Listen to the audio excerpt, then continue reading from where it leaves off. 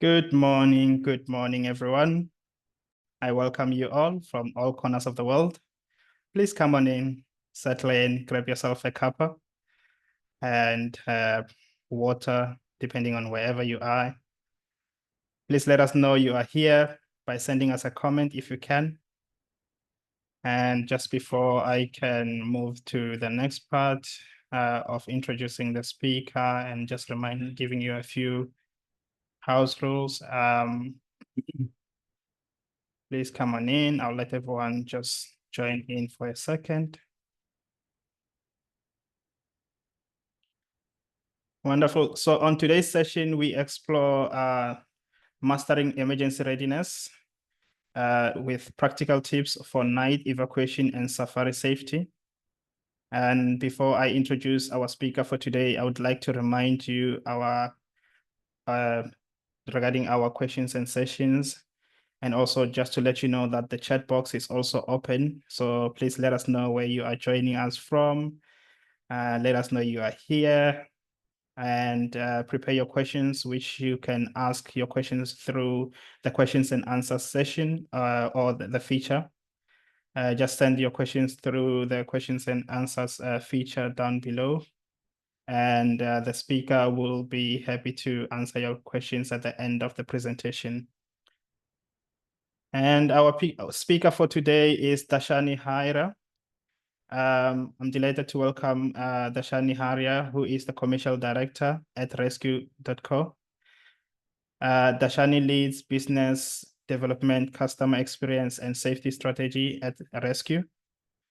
She has just over 10 years of experience across e-commerce, logistics, and technology startups, including roles at Africa's tech unicorns, Jumia.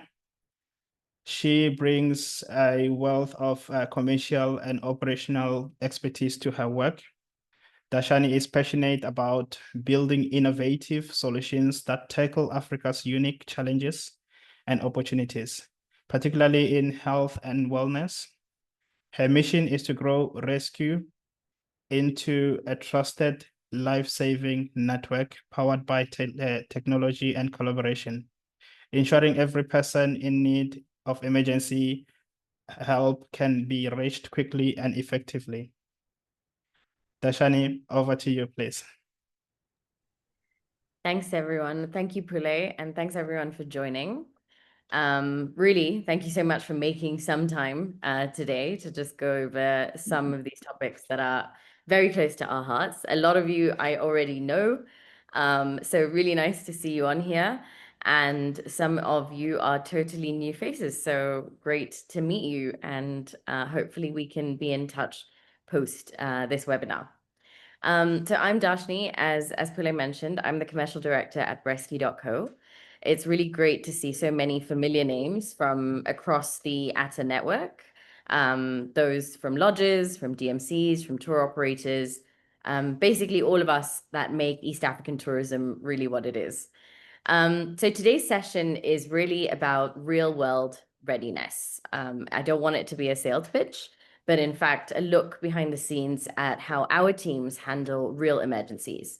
So what actually happens when something goes wrong out there, and how you, whether you're running a lodge or designing itineraries, can make sure that your guests are genuinely protected. So we'll unpack a bit how we handle air and ground rescues, what night evacuations really look like and their status currently, and then some simple and practical things that you could do that make a massive difference in an emergency. Okay, so we'll start off with just an intro to Rescue.co. For those of you who may not know us well, this is just a quick overview of who we are. We are East Africa's leading and fastest emergency response network. We support over 2.4 million members, and we've conducted more than 55,000 rescues. And we partner with over 300 organizations, from conservancies and tour operators to insurers and embassies, and many, many more. We coordinate a network of over 800 ground ambulances and over 90 aircrafts across the continent. So we're not just one operator with a few vehicles. We are a connected system that brings together all the right resources, all under one emergency number. Our mission is simple. It's to make sure that if something happens, no matter how remote, help is fast, professional, and coordinated. And that's what we mean when we say buy peace of mind, live and travel carefree. So what makes us special? What really sets Rescue.co apart? It comes down to speed, scale, and strategy. So we have multiple dispatch bases across not just Kenya, Nairobi, Nanyuki, Vipingo, and more. But we also have partner operators in Tanzania, Uganda, Zambia, Mozambique, Rwanda, and plus many other countries. Our partners have URAMI certified medevac aircraft that are within our network, meaning that they meet international air medical standards. And unlike traditional providers, we don't wait for insurance approval before launching a rescue. As long as the membership of that person is active, we move immediately. We also cover high-risk activities, things like horse riding, climbing, motorsports, or even aerial flight. And if we can't fly at night, then our network of over 800 ambulances fills that gap. And that's how we maintain continuous coverage 24/7. So everything that we do is built around one idea, which is that no one anywhere should ever feel stranded. Right? So our flagship cover for the tourism space is called Safe Travels. It's designed for exactly your kind of guests, people who travel across multiple parks, sometimes in multiple countries, and often hours away from the nearest facility. And so what it includes is air rescue, both rotary and fixed wing, from remote and city locations. It includes ground ambulances with live tracking and access to a comprehensive hospital database. It includes medical expertise. Every call is managed by trained doctors and paramedics. Roadside rescue for any of your vehicles that may be stuck or immobilized in the bush. It includes security response, including safe escorts when needed. And of course, a 24/7 response system, all through one number with end-to-end coordination. For lodges, this means reliable help for guests and staff without logistical chaos. And for DMCs and tour operators, it's really about consistency, knowing that every property and every guest that you send your guests to are backed by the same professional safety net. So why you can trust us, because a big part of what gives partners confidence in us is how we handle complex missions, especially air evacuation. We've got a specialized dispatch team who are dedicated solely to air and ground coordination, doctors, nurses, paramedics who've handled thousands of real emergencies. And our air evacuation director is a former US Army flight paramedic with over 15 years of experience in medevacs across the US, the Middle East, and Africa. Our network spans across multiple African countries with both fixed wing and rotary aircraft, with many of them having full medical ICU capabilities. And that means that critical care can start straight from the moment of pickup. Our average time from call to takeoff is under an hour, and our success rate is 100%. And that's what reliability looks like in this field. That's the level of trust that we are going to bring to your guests. So why does this matter? Let's start with the obvious question.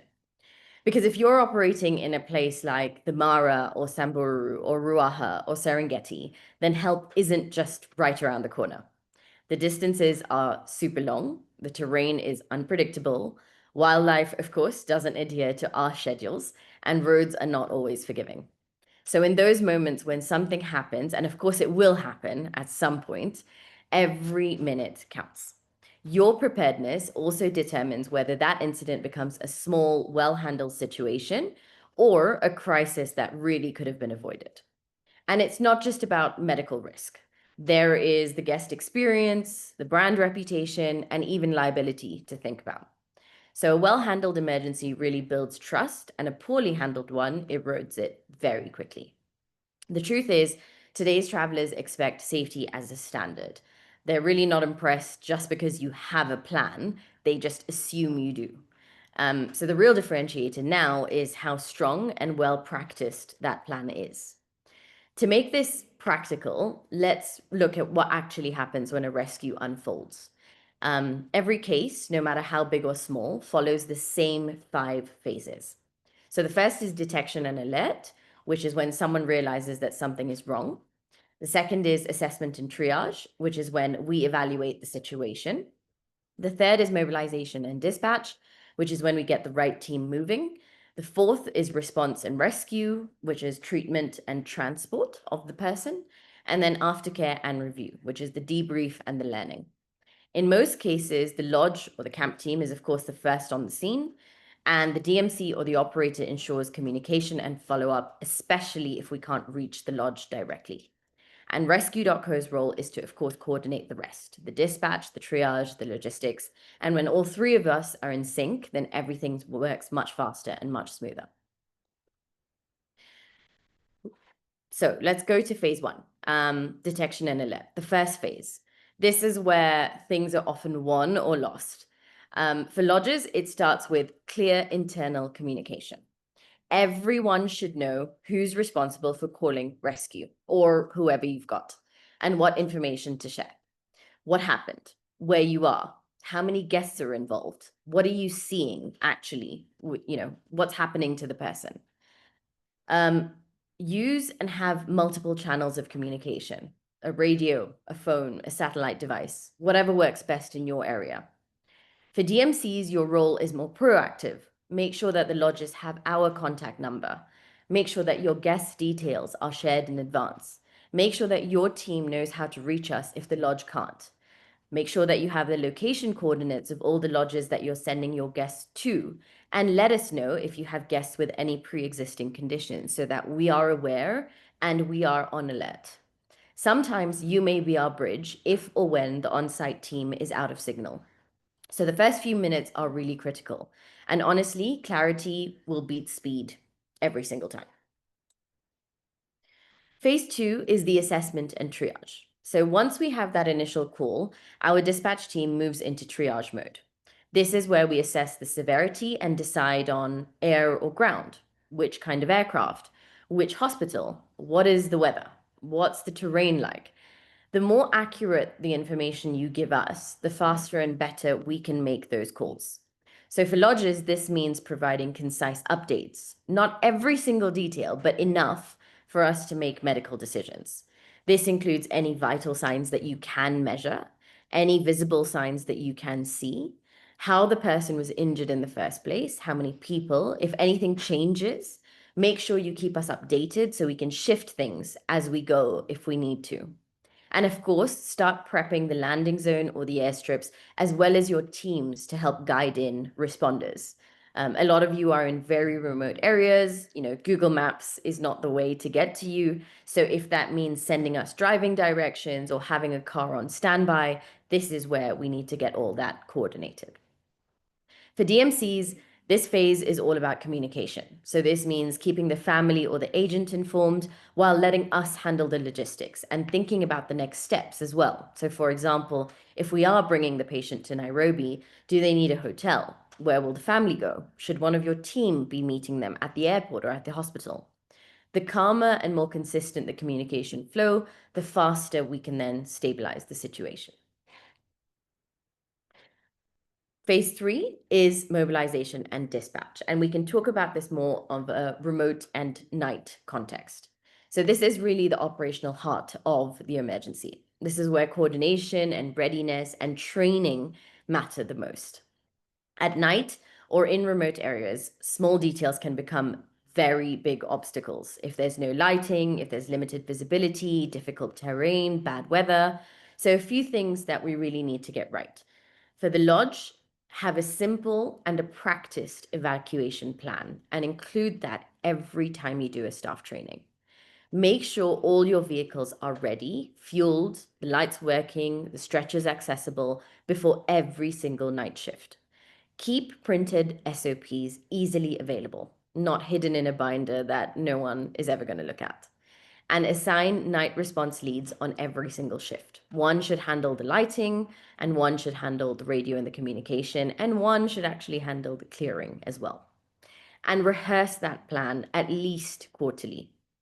For DMCs, this is about setting expectations with your partners.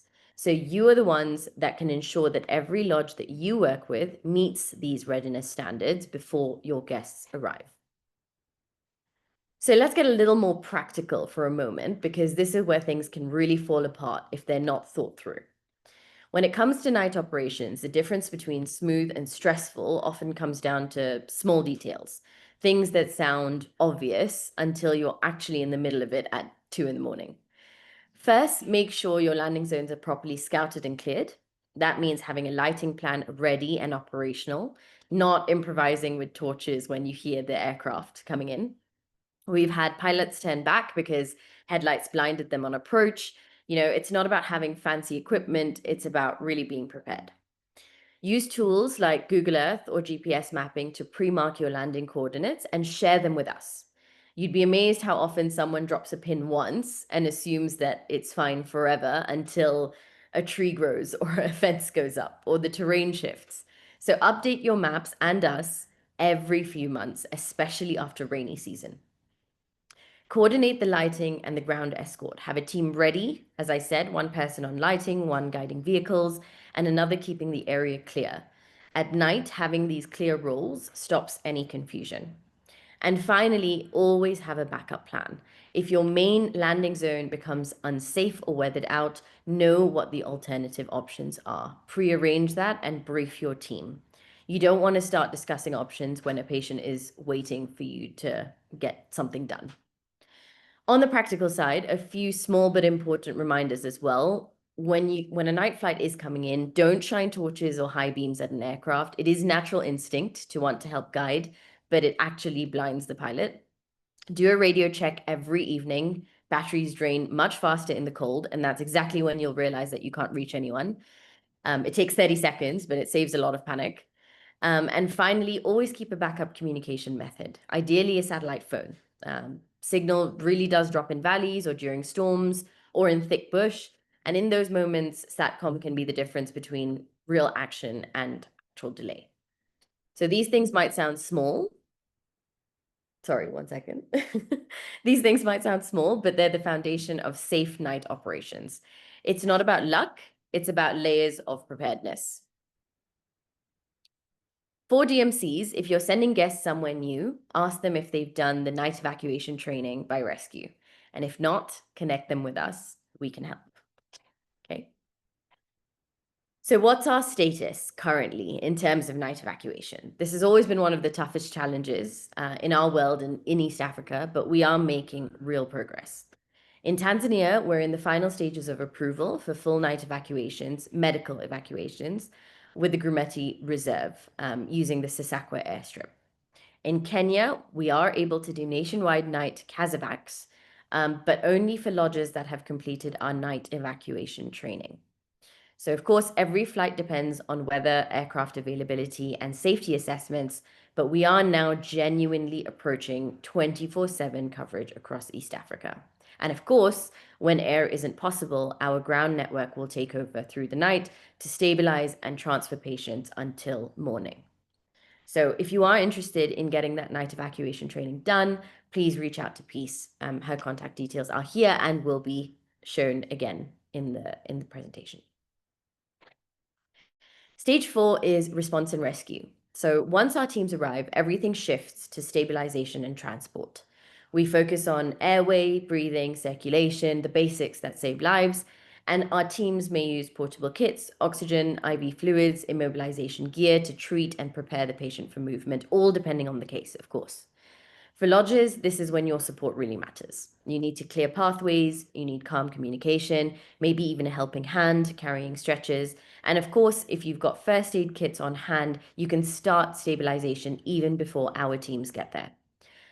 For DMCs, it's back to communication, keeping the family and the travel partners updated accurately, calmly. This helps everyone stay focused on what they should be doing. We've also created some safety kits or first aid kits for you, some checklists. And I can't emphasize this enough, that good equipment really does save lives. We've designed these first aid and safety checklists for lodges, for vehicles, for kitchens, offices, and these are built by medical and wilderness experts. So they cover everything from trauma kits to over-the-counter medication. If you haven't reviewed your kits recently, please make sure that you do it at least quarterly. Expired medication, missing dressings, broken thermometers, All of this creeps up on you faster than you'd think. And for DMCs, you can use these checklists when evaluating your partners. If a lodger's first aid kit is half empty, that is generally a red flag for readiness overall. So again, if you'd like a copy, just drop a note to Peace and she'll send it to you. Phase 5, the aftercare and review. So after the patient is handed over to hospital care, we don't say that the operation is now over. We always do a post-incident review. And we do that, of course, with our dispatch team and our responders. But if needed, we can also do it with the lodge and the DMC.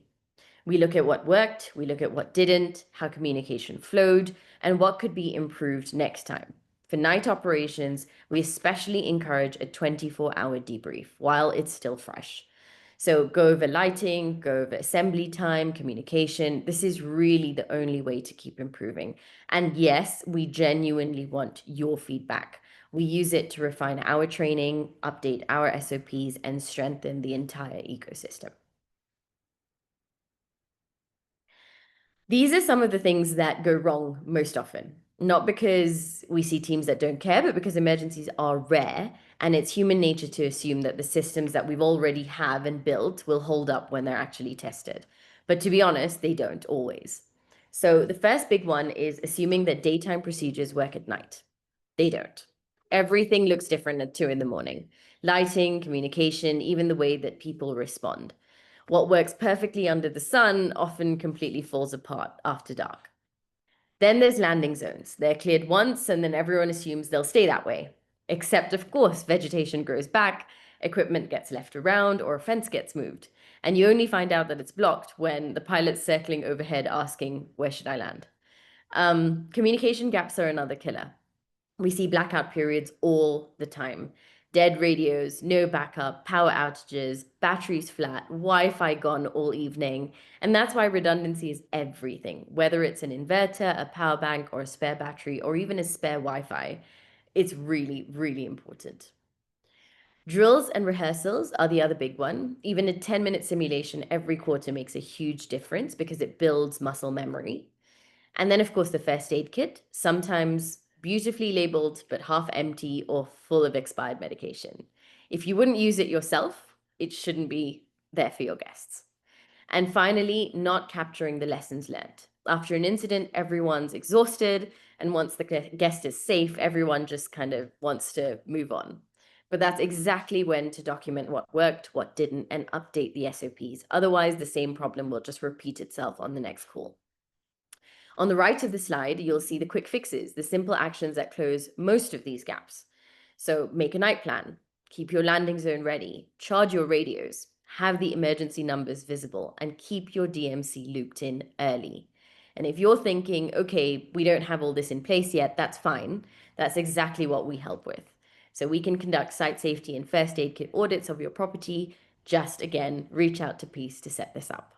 So really, this is not about catching anyone out. It's about making sure that everyone's set up for success when the next emergency happens. So I want to shift gears a bit because readiness isn't just about operations. It's also part of the guest experience and how we position ourselves as an industry.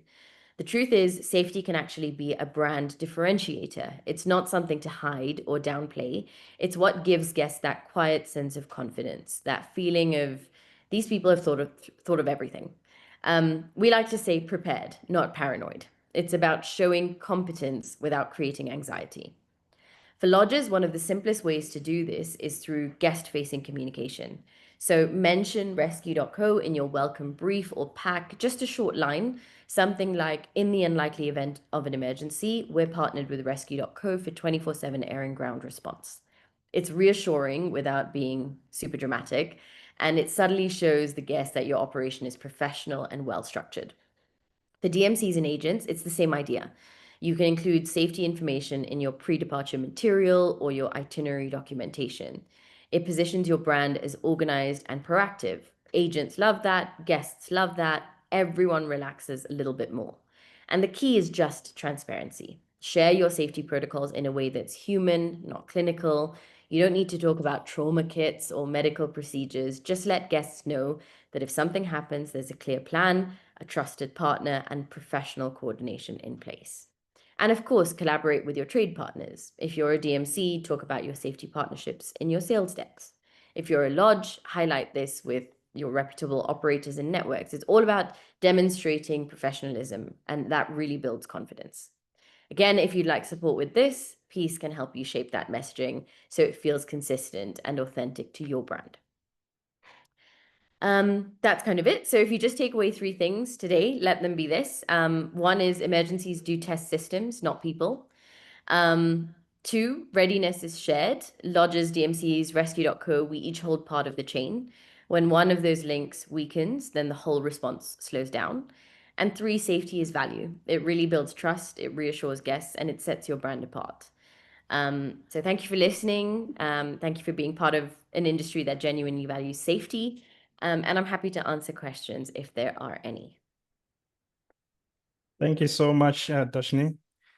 Thank you for a powerful and practical session. Your insights are really quite incredible. The work that you do at rescue.co all across East Africa. And I am now happy to read out all the questions that you may have in the for Darshani. If you have any questions, please send us your questions on the questions and answers feature down below. Darshani, I think there was one question that was asked during the registration process. Let me just read it out for you.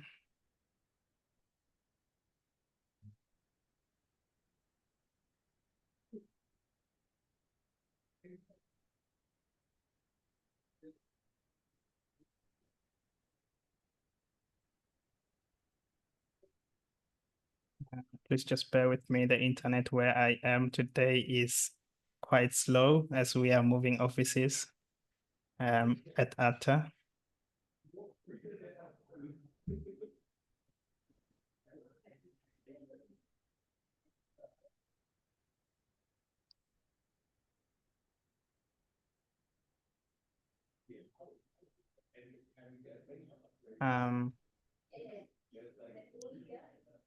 Sorry, Darshani, are you able to read out the question? It's not coming up on my side, unfortunately. Sure, let me try pull it up 1 second. Thank you. And we now have a couple of questions. If you're ready, I can ask you the questions. Yeah, sure. Wonderful. So Gavin would like to know what presence do you have in South Africa? Great question. So we've got a couple of providers that we already work with. One of those is MediResponse. We also are in the process of crafting agreements with ER24 and Netcare. While we don't have a product specifically dedicated to South Africa right now, our main focus has been East Africa. We are actually, right now, as we speak, in the process of creating a product designed specifically, 1, for South Africa as a country on its own, and then 2, Southern Africa to cover Botswana, Namibia, Zambia, Mozambique, and a couple more. Okay, well, thank you for answering that question. Another question from Ade. If a guest has travel insurance covering medical evacuation and the lodge has cover, what is there to avoid a delay deciding who is responsible for the cost of evacuation? So if they don't have rescue.co cover and they only have insurance, the problem is that the insurance, as you must know, takes ages to give any sort of pre-approvals. So what would need to happen is, in the event that they only have insurance, we would need to contact their insurance first to see if the insurance is going to approve that cost of evacuation. And that can take hours, which really can lead to a lot of complications. So that's why we tend to encourage people to rather be rescue members, because then we don't need to contact insurance. We actually don't care about the insurance factor. If a lodge, however, has the cover, if they've purchased rescue cover for the guest, or they have a cover for the lodge as a whole, then there is no delay. Then it's quite simple. They just call rescue and we will move. Oh, wonderful. Thank you for answering that one. And another question from D. How can an agent find out if their DMC is partnered with you? You can just ask them. You just send them a message and ask them if they use rescue.co or if they use a different provider. Mhm. You can also drop us a message. Our email addresses are on the slide. If you have a particular question, we can also let you know who we work with. So that's also a possibility. Okay, thank you for answering that question. Another question from Takar. Are there any aircraft limitations within your fleet for nighttime landings? Yeah, I mean, not all the aircrafts in our fleet can do nighttime landings. They do Mhm. have to have night capability. So at the moment, there's only one aircraft that we use for night CASEVACs in Kenya, and there's a couple of aircrafts that we use or will be using in Tanzania. So not every aircraft for sure can do night operations. Helicopters definitely cannot. But we're working on strengthening that and getting more and more partners as we speak. Okay. Thank you, Darshani, for answering that question. I hope that answers your question, Tucker. Sandy has a question here. Do you operate in all Southern, Central, and East African countries? Is there anywhere where you do not operate? Ethiopia, Sudan, or Congo? Yeah. So we do not cover Sudan and Somalia as part of our membership product. Otherwise we can operate pretty much in all African countries. However, our strength at the moment, as I mentioned, is East Africa. So we have the majority of our aircrafts in East Africa. However, as I mentioned earlier, we are currently creating a product for South and Southern Africa. Mhm. And as such, we are going and finding more providers in those regions, which means that we'll have many, many more aircrafts in those regions, and we can respond much faster in those areas. If you like, you can just drop me an email, and I can let you know what our capabilities are in a specific country or region, and what the timeline might be for getting those kind of up to scratch where we are in East Africa. Thank you, Darshani, for answering that. Actually, Sandy has just come back and said that will do. Thank you. Okay, another question here, which is our last question from Ade again. Is a policy with rescue.co in addition to public liability insurance cover with another insurer? Yeah, well, I mean, when people get travel insurance, a lot of Mhm. the time, it's great because what it does, it will cover hospitalization. Rescue.co does not cover any kind of hospitalization. So we will do all the logistics. And once we get the patient to a hospital, that's technically where traditional insurance, travel insurance should kick in. So it's very important for a guest to still have travel insurance, but that evacuation piece that most insurances, claim to offer, Mhm. it's not really what you think it is. A lot of the time, it will mean that either you coordinate it, and at some point they may decide to pay you back for it, or if you do try and contact them in the middle of an emergency, they will take hours and hours to figure it out because they really don't understand the actual realities of what goes on on the ground here. So that's the difference. So I would say always take rescue.co in addition to your health or travel insurance. Okay. Well, thank you so much, Dashni, for answering all the questions.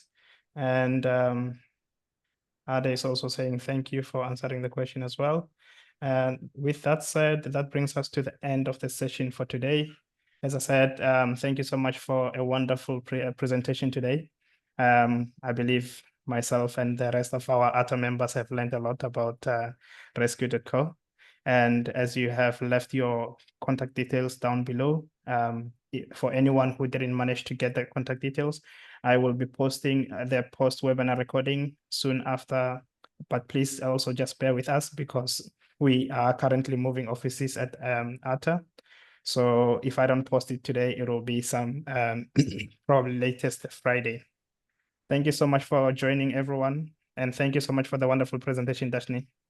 Thank you, Prule, and thanks everyone for joining. Take Thank you care. so much. Take care. Bye-bye.